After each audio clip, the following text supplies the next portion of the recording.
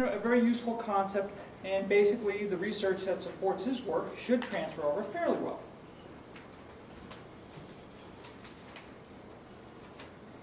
In addition to these kind of theoretical ideas that connect into extensive reading, there's also a number of important research studies, and there's hundreds, okay? And some I like and some are okay. But what I'm going to do here is just comment on a few that I particularly do like, since we can't cover the world. The first one I like from L1, this slide is L1. L1 is Anderson, Wilson, and Fielding. They looked at 100, this is sort of a classic study back in 1988. They looked at 155 fifth graders. They had very good controls. Of course, it was self-report data, but nonetheless, there was good controls. They used an auto-regressor variable in regression analysis. Now, an auto-regressor variable is basically, if you're interested in reading comprehension abilities, one of your predictor variables is reading comprehension abilities done, measured at an earlier time. And you put that first, and it removes sort of basic reading comprehension ability, and then what's left is what you're trying to see if it has an additional impact on the reading comprehension measure that you have left. And they did this. I think second grade was their auto-regressor, and fifth grade was the dependent variable. And extensive reading was their best predictor of reading in this case. Now they had two other findings that were very interesting, looking in retrospect. More than half the students in their study, fifth graders, read for less than 10 minutes a day. Okay? So that you can't say it's an average because it's a median, but it turns out more recently, and in your handout there are two more recent references, this notion of 10 minutes a day has pretty much turned out to be what is going on today. So that there's two more studies that basically show that about 10 minutes a day is what the American student reads. Okay? So, and the reason it's worth pointing out is I go to different places and they say, well, in my country, students don't read. Well, the answer is, in every country, students don't read. Well, there's a few countries. Maybe Finland they read. Maybe New Zealand they read. Maybe not as much as the myth is, huh? Okay. And the other thing that was very interesting is the spread. So the students in the 90th percentile reported reading 4.2 million words per year. The students in the 10th percentile reported reading on average 59,000 words per year. But they're not reading. Okay? And the results are pretty clear. The second group I like is Keith Stanovich and his work over a decade and a half. And the best collection is his 2000 book. And many studies there show that exposure to print, his way of talking about reading amount, led to significant improvements in reading, vocabulary, verbal fluency, spelling, conceptual knowledge. Guthrie and his colleagues have been very powerful persuaders about amount of reading and motivation and engaged readers. And they've been able to show, again with an auto-regressor methodology, that amount of reading is a very strong predictor of comprehension abilities. Now these are with first language children in the range of 3 to 5, third grade, fifth grade, sixth grade. That's where most of his energy is focused, but he has gone into the middle school in a couple studies recently.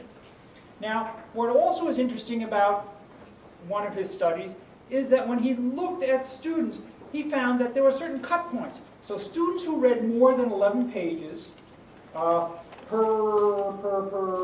day significantly outperformed students who read 6 to 10 pages per day.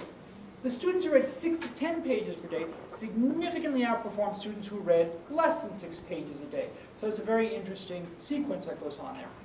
Kuhn and Schwann and Flugel, in a number of studies recently in the last 5 years, have shown that a combination of extensive reading and fluency practice is a powerful teaching approach that does improve reading comprehension, and better than some other approaches that they've tried. Manning, Lewis, and Lewis is the latest of a descriptive synthesis of L1, sustained silent study reading approaches. There are many positive results noted, although they also noted that the results weren't strong and they were inconsistent. L2 research. And here Warwick Ellie is sort of the leading light. And he's been outstanding, showing that book floods, which we will loosely associate with extensive reading, okay? For those purists, is Richard here? Okay.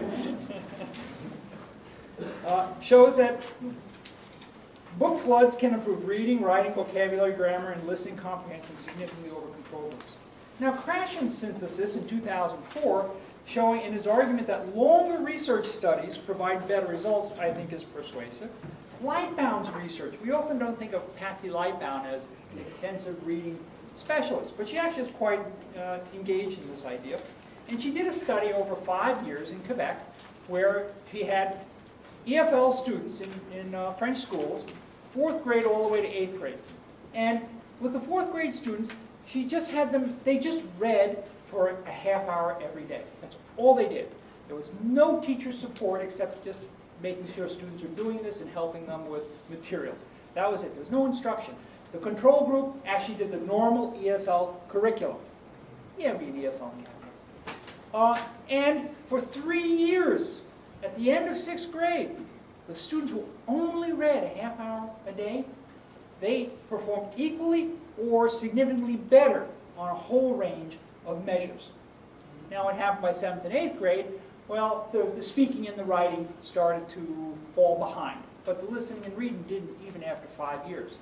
So this is not commonly discussed, but this is actually, when you sit down and think about it, it's a remarkable study.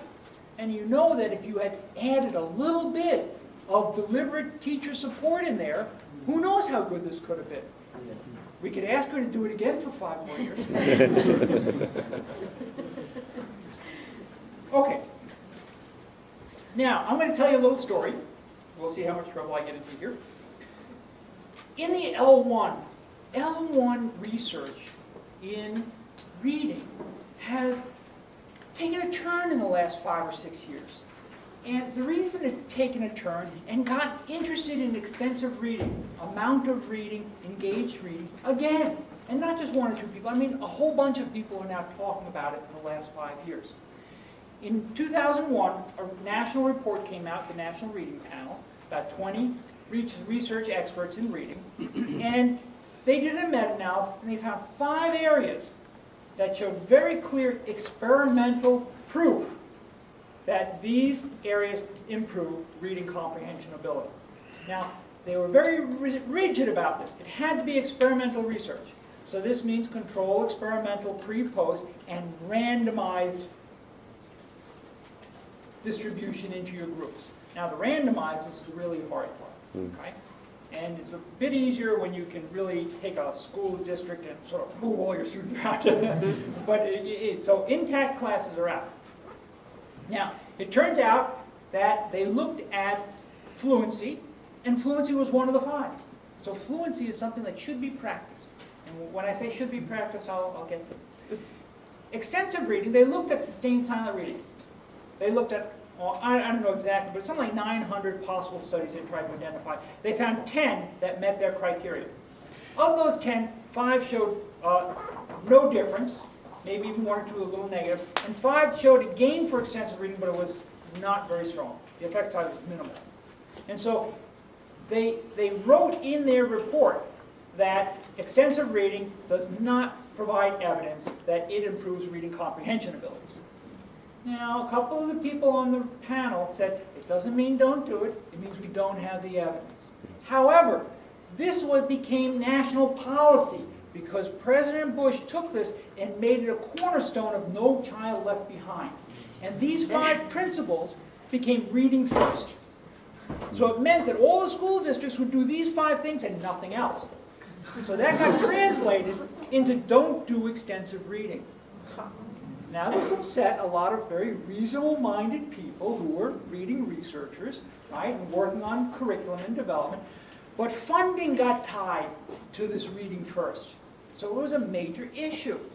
Now, it bubbled over, people were angry, but now in the last 5 years, people are saying, well, maybe we just need to create a research database. And so you have a group of people, and this is the Elfriede Hebert. There's 3 books in there of studies, and they are research studies. and they're 2009, 2010, okay? And this is worth going and looking at. In some cases, they're behind the L2 people. In other cases, they're ahead. Okay?